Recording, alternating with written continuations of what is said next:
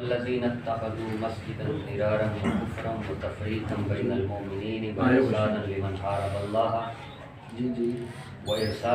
حارب الله ورسوله من قبل ولا يحلفن إن أردنا إلا الحسنى والله يشهد إنهم لكاذبون۔ محترم سامعین کرام، آپ حضرات کے سامنے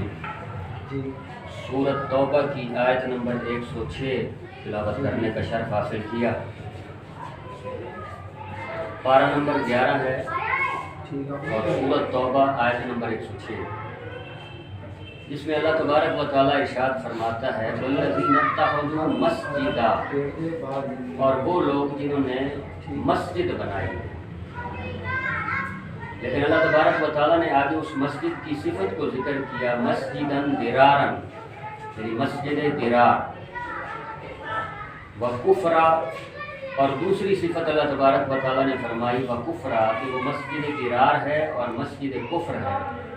وتفریقا بین المؤمنین، اور مومنین کے درمیان تفریق کرنے والی مسجد، وارصادا لمن حارب اللہ ورسولہ،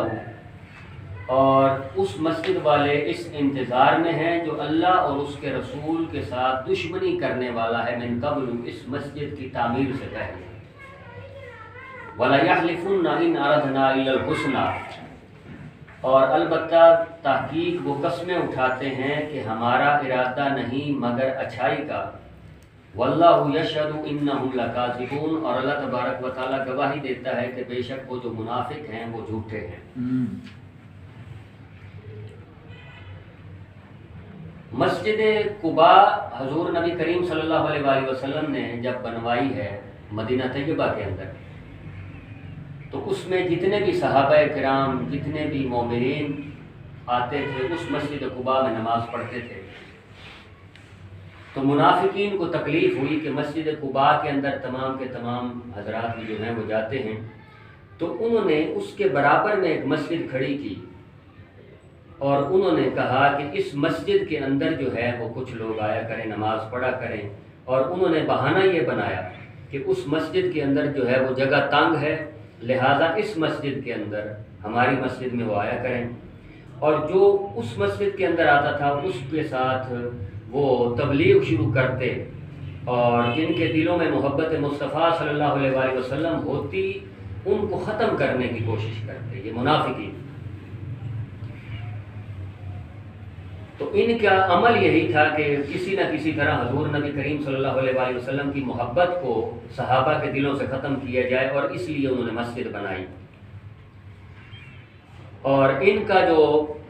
پیچھے جو کارندہ تھا، ان کا سرغنہ، وہ ابو عامر تھا،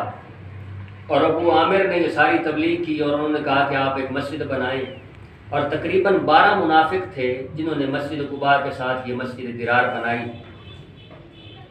اور یہ ابو عامر راہب جو ہے، یہ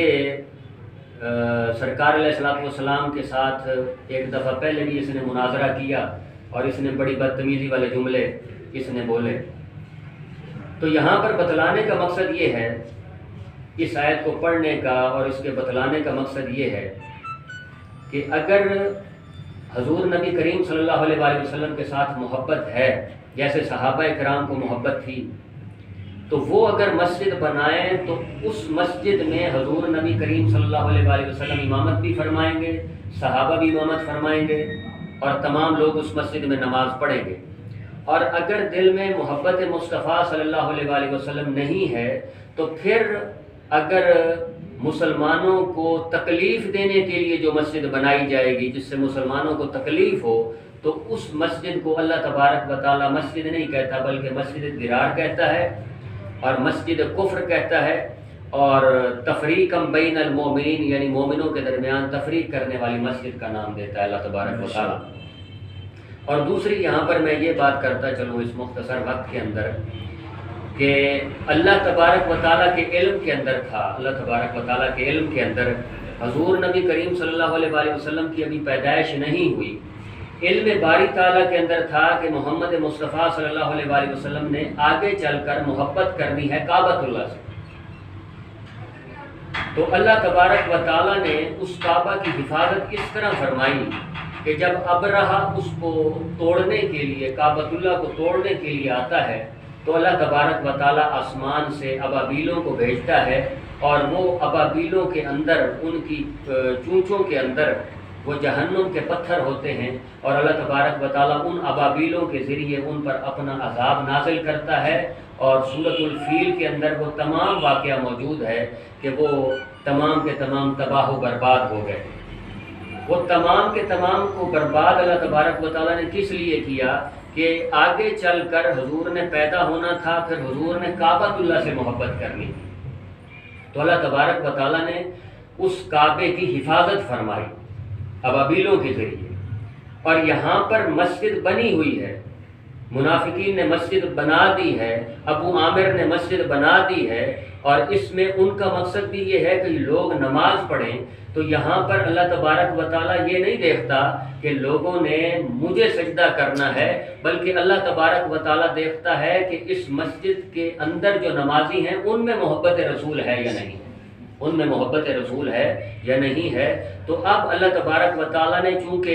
اس مسجد کے اندر محبت رسول والے نہیں تھے، تو اللہ تبارک و تعالیٰ نے فرمایا واللہ یشہد انہم لکاذبون، کہ یہ جو منافق ہیں یہ جھوٹے ہیں، یہ بات سچی نہیں کر رہے، بلکہ یہ اللہ اور اس کے رسول کے دشمن ہیں۔ تو سرکار علیہ السلام کے پاس آئے منافقین، اور آ کر انہوں نے کہا کہ آپ چلیے ہماری مسجد میں کھڑے ہو کے نماز پڑھائیں۔ تو اللہ تعالیٰ نے فرمایا لا تقم فیہ ابدا، آپ نے کبھی بھی اس مسجد کے اندر کھڑا نہیں ہونا۔ ایک بات، اور پھر سرکار علیہ السلام نے پھر صحابہ کو حکم دیا، تو انہوں نے، صاحب جلالین نے لکھا کہ حضور نبی کریم صلی اللہ علیہ وآلہ وسلم نے صحابہ کو حکم دیا، تو ایک جماعت صحابہ کی گئی، انہوں نے پہلے اس مسجد کو گرایا، وَحَرَّقُوهُ، اور پھر اس کے بعد اس مسجد کو جلایا، اور نہ صرف جلایا وَجَعَلُوا مَكَانَهُ كُنَاسًا، اور اس جگہ جو ہے وہ گندگی کا ڈھیر ڈالا، تُلْقَىٰ فِيهَا الْجِيفُ، کہ اس کے اندر جو تھے وہ مردار بھی ڈالے جاتے تھے۔